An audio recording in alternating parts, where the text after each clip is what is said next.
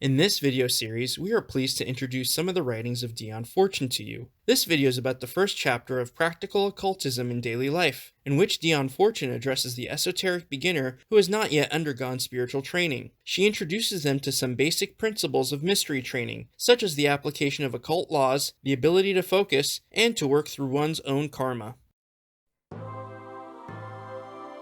Brotherhood of the Eternal Light, Teaching the Western Mysteries. Practical Occultism in Daily Life by Dion Fortune. Chapter 1.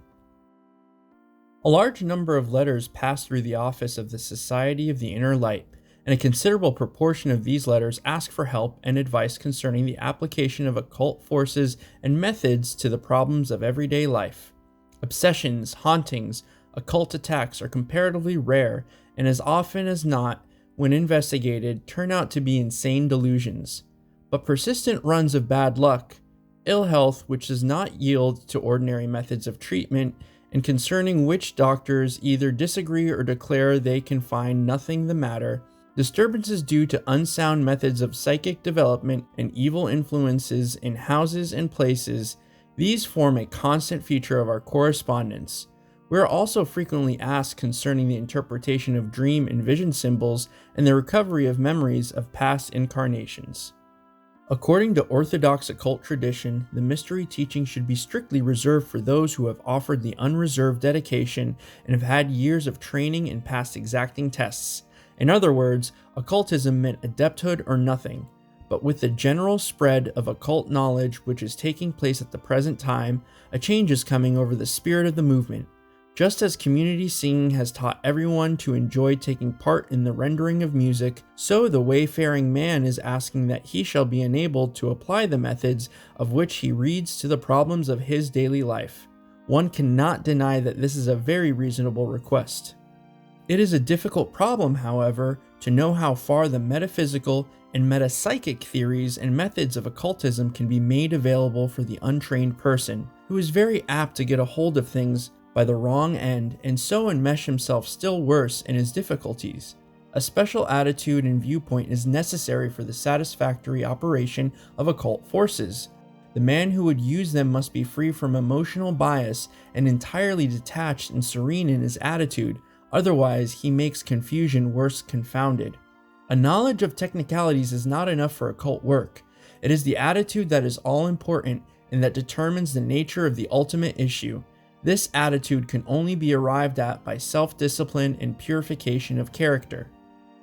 It is possible, however, to explain quite simply and practically what the requirements are to teach the occult doctrines in their entirety, as this society has long been doing, and to explain enough of methods of a suitable type to enable any reasonably intelligent and well-balanced person to make practical use of them in the everyday problems of life, even if its major ills must still be left to the expert.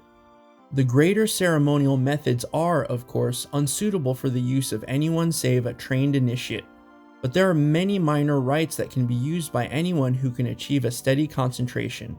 Moreover, an understanding of the occult principles applying to everyday life is invaluable as a prophylactic, enabling us to save ourselves from all manner of troubles. It also shows us the best way in which to approach and handle our problems, for there is a strategic approach to every problem, the flanking attack that outmaneuvers instead of the frontal attack of blind force. There are also tides in the affairs of men, and we may just as well time our operations so that we have these tides with us instead of against us. All these things are practical application of occultism to everyday life, a knowledge of which must be of benefit.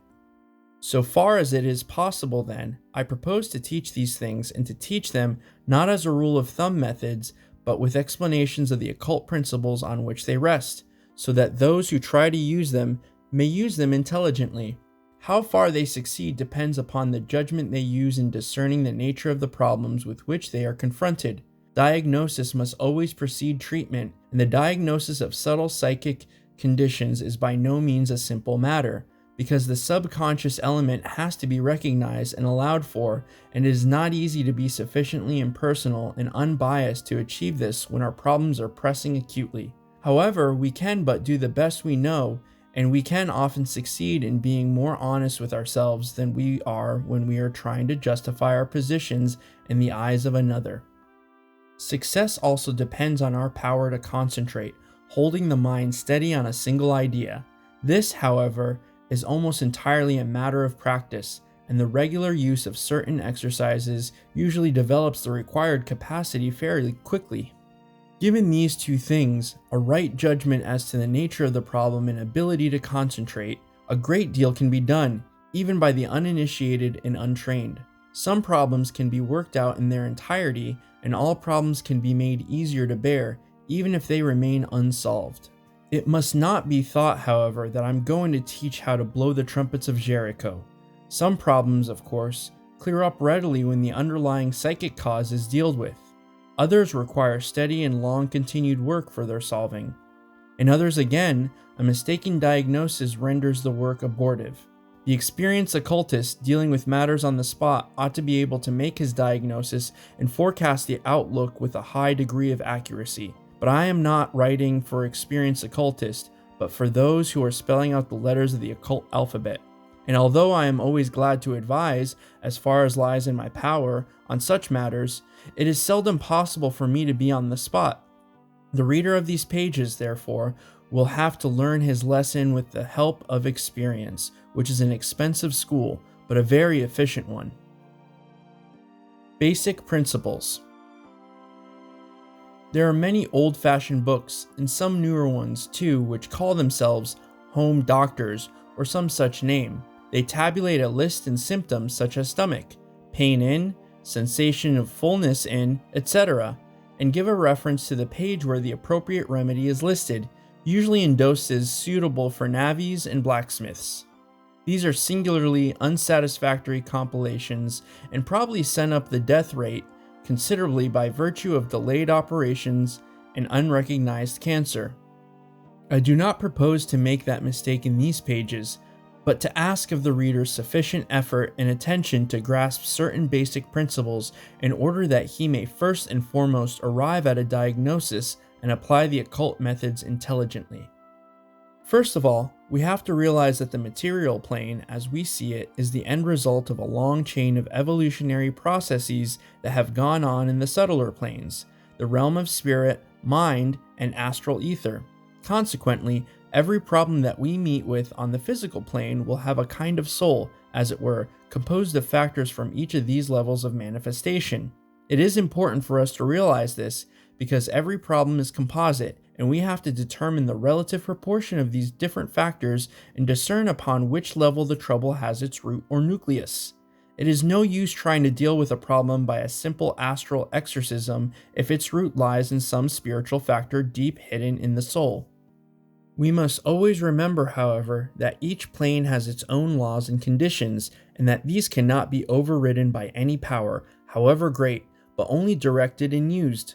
But because each plane is ensouled and directed by the plane above, the extent to which its forces and mechanisms can be modified and directed is very great, much greater than is generally suspected. Nevertheless, there are well-defined limits to this power, and these must be accepted. It is in this respect that spiritual healing so often comes to grief, for it seldom admits limitations to what it is pleased to call the power of God, but which in all too many cases means the desire of the sufferer to be relieved from discomfort. We must next realize that there are many forces and many forms of existence which do not extend down the planes as far as the physical. They may possess, for instance, a spiritual and mental, or spiritual, mental, and astro-etheric aspect, but no physical form. If we know how, we can in many cases extend these forces down the planes and give them expression on the physical plane. This does not mean, however, that we are going to effect miracles and materializations, for in the great majority of cases, the chosen vehicle of manifestation is the mind of the operator, and the operation therefore appears to take place by a concurrence of lucky chances in the way of nature. It is the power systematically, in chosen cases, to command these lucky chances, which shows that definite operations are being performed.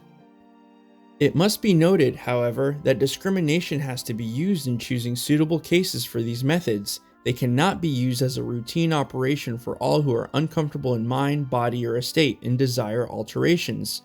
It is the cases wherein these subtle forces are the predominant factors that are suitable for occult operations and yield to them in a remarkably dramatic manner.